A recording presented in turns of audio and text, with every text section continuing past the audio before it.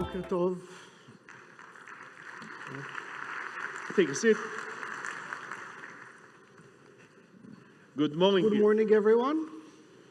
How are you? I'm very well. Perfect. We are very happy to have you here. I'm going to have some questions about technology, some questions about the industry, some questions about Israel, and some questions about Checkpoint. Is that okay? Sure. Okay, I'm going to start right away with the first question. And it's a question about artificial intelligence, obviously probably the most interesting thing that happened in cybersecurity right now. So artificial intelligence is transforming cybersecurity. We're seeing every security company in the world trying to use and leverage AI, but we also see threat actors leveraging AI. So there was a very interesting research by Checkpoint that actually saw in the darknet threat actors talking about how they should leverage AI. So do you view AI as the ultimate solution we've been waiting for, or maybe significant new threats in the realm of cybersecurity? I'm actually very optimistic about AI. I think it can represent the next generation, the next realm in many things we do in life, but especially in cybersecurity. And when you look at cybersecurity in particular, you have very smart people that try to look at different behavior and understand whether they are reasonable or unreasonable. And humans are very limited in that. We have very limited patience, we have very limited ability to analyze information, we have good intuition. And if we look at AI have pretty much the same intuition today, but unlimited patience and unlimited or almost unlimited amount, very high capacity for processing many events. So I think AI can replace and change a lot of things in cyberspace. So generally speaking, you're thinking that even though hackers are using AI at the short term and the long term, AI will do more good to humanity? I think in general, I mean, almost every technology progress makes good things to humanity, and I think AI can be the real next revolution. Again, we still need to prove it. We still need to use it. I think what we've seen in the last year and a half is just I think we all believe in the opportunity. We still need to believe that the opportunity becomes real. Okay, so we'll see how things unfold. Specifically, Checkpoint. Obviously, AI poses a business risk, a technological risk to every company out there. We see that companies that leverage AI disrupt various industries. I'm very interested to hear about how do you approach AI specifically in Checkpoint? How do you plan to maintain the lead with AI technologies? So we are very focused on that, and we are trying to use AI everywhere in the company. I mean, from internal operations, I mean, now we are doing employee performance evaluation, so AI can write them. It's already working. We already done it more than once, so I mean, it's already in the works. So AI is evaluating the employees? No, the managers are giving the feedback, and some feedback is automatic, but AI can write it, and AI is doing far better job than I do. It's objective, its language skills are better, it doesn't afraid to give true feedback, positive or negative, in a nice way. So, I mean, it's doing a good job, but that's not cyber, that's other systems that we use. And in terms of cyber, we are trying to implement AI everywhere we can. So we already have an AI co-pilot that can replace the security administrator in many tasks, like why can't I access this system, or can you add access to me, and so on, already working with an AI co-pilot, and replaces a lot of work that our users, our system administrators have been doing for many years, of that already out there. And we have what we call Threat Cloud. That's our brain in the cloud that makes security decisions. Over 50% of our engines are already AI-based. Again, many of them before the generative AI. So the generative AI is just in the first phases, but it's already more than half AI-based. And we are trying now with a lot of resources to put AI everywhere. And my vision is that at the end, all this process of cybersecurity will be done by like collaborative automated robots that work together. Okay, perfect. Let me ask you a bit of a tougher question, if that's okay. So obviously Checkpoint is a global company. Everybody and anybody is using Checkpoint products. During the current conflict and the war in Israel, we see a lot of people, companies, entities starting to raise against Israel. As one of the most important industry leaders we have in Israel, That was probably a tough moment for you. How do you manage a global company with employees probably in various places around the world, while there is this process of a movement against Israel in the current war? So I think it's divided into several parts. Overall, business is as usual. We are a global established companies. We have customers. The customer buy our products because they are good technology, not because of our origin and so on. And most customers, by the way, we all think that we are the center of the world and our politics in Israel matters to many people in the world. Most people don't. They live their life, they buy a product, they don't care where it's coming from, and they want the best product. So overall, business is pretty much as usual. In the early days of the war, we had to face the fact that our employees were drafted, that Israel closed down, and I think we did it quite well. Unfortunately, or fortunately, we were ready for a crisis after COVID, so we know how to operate, and I think we operated pretty well. Even though for several weeks Israel was shut down, we were able to meet all our commitments. And again, it was important for us, especially for the customers in the world, that they would say, we can work with Checkpoint, and business is as usual. And I think we crossed that path quite well. Since then, we are supporting our employees that serve in the reserve duty, and we're trying to accommodate all the situation, but business is pretty much as usual. In terms of Israel, we have to get worried about people out in the world looking at Israel as a valid country for investment, for new ventures, and so on. And again, it's not even a political opinion. We are all afraid that people are against us. I think people just look at that and said, this is a place of unrest. If it's unrest, we should stay away.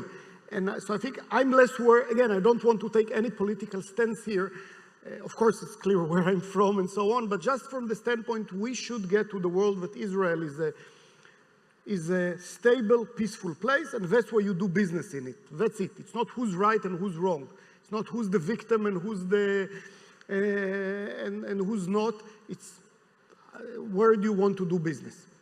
Yeah, so what you're basically saying, and I absolutely agree, is that most of the decisions not to invest right now in Israel, if someone makes them, is not based on the political situation, it's a logical calculation of this is a high-risk situation right now and we need to wait a bit for things to settle down. So this is actually good news, because when things will settle down, we will get the business. And again, we do have some pockets of people with political opinion, and we do have organizations that push people not to do business in Israel, but all of that, or most of it, will go away if Israel will become a stable, peaceful place. And again, unfortunately, we're in that situation now for more than a year and a half. It's before the war started.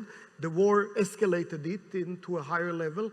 And if in the beginning I said it's a short-term thing and it will go away, now we need to realize that a year and a half after, we need to make sure that we are going back to, and by the way, that's something that we built for many, many, many years, establishing Israel as one of the best places to do business in, a stable place and so on, and we have to get back to it. Checkpoint is, to some extent, securing the internet. You see so many things going on. Anything interesting to share about the cyber aspect of the current war, things that you see in Israel or in other countries like the United States? So we do see escalation in the level of attacks, especially on Israel and Israel kind of attacks. I mean, if a typical organization has been attacked about 1,000 times a week before the war in Israel, now it's almost 2,000, and it's much higher growth than in the rest of the world. We do see that some of our enemies are getting themselves more and more sophisticated in cyber attack, especially the Iranian, and they equip different organizations. And a few months ago, we published that we see several types of attacks, half of them by Hezbollah, half of them by attack, which is same origins, and very specific set of attacks that if every organization makes the effort, they can protect themselves against. But the level of sophistication of attack is going higher. And in the world, the level of attacks, the sophistication of attack is going very, very high. We are what we call fifth generation of cyber attacks. When I introduced this term about 5 years ago, it looks like that's the future, we rarely see this attack. Today, almost every attack is a fifth generation cyber attack, which means that it's super sophisticated, very hard to detect. It's usually large attacks, not small ones. So it's a very interesting challenge to defend against it. And that's not necessarily because of AI, right? Not yet, but AI makes it far more easier. And AI can be used in multiple levels, from the introduction or, like sending a phishing email that makes you click on something. AI makes it trivial to write it and very professional. But AI also makes it much easier to write malicious code, because AI is very good, not just in human language, but in computer language. And to tell AI, write the code that does that and that is very simple, and some of that code can be really malicious. Amazing. Okay. Let's make it a bit more personal. A few months back, you announced that you're going to step down as the CEO of Checkpoint, which was huge, huge news. Several months later, you said that you're going to take the position of the chairman. Now, several months later, has anything changed? No, I've announced, I don't call it step down, I call it step up. I want to become the chairman of Checkpoint. I want to stay very active. And I want to spend my time, after 31 years in Checkpoint, I want to spend my time less on the day-to-day management and more about thinking about the future of cyber, thinking about the future of Checkpoint. And especially now with AI, it's a very, very unique time to think about that transformation.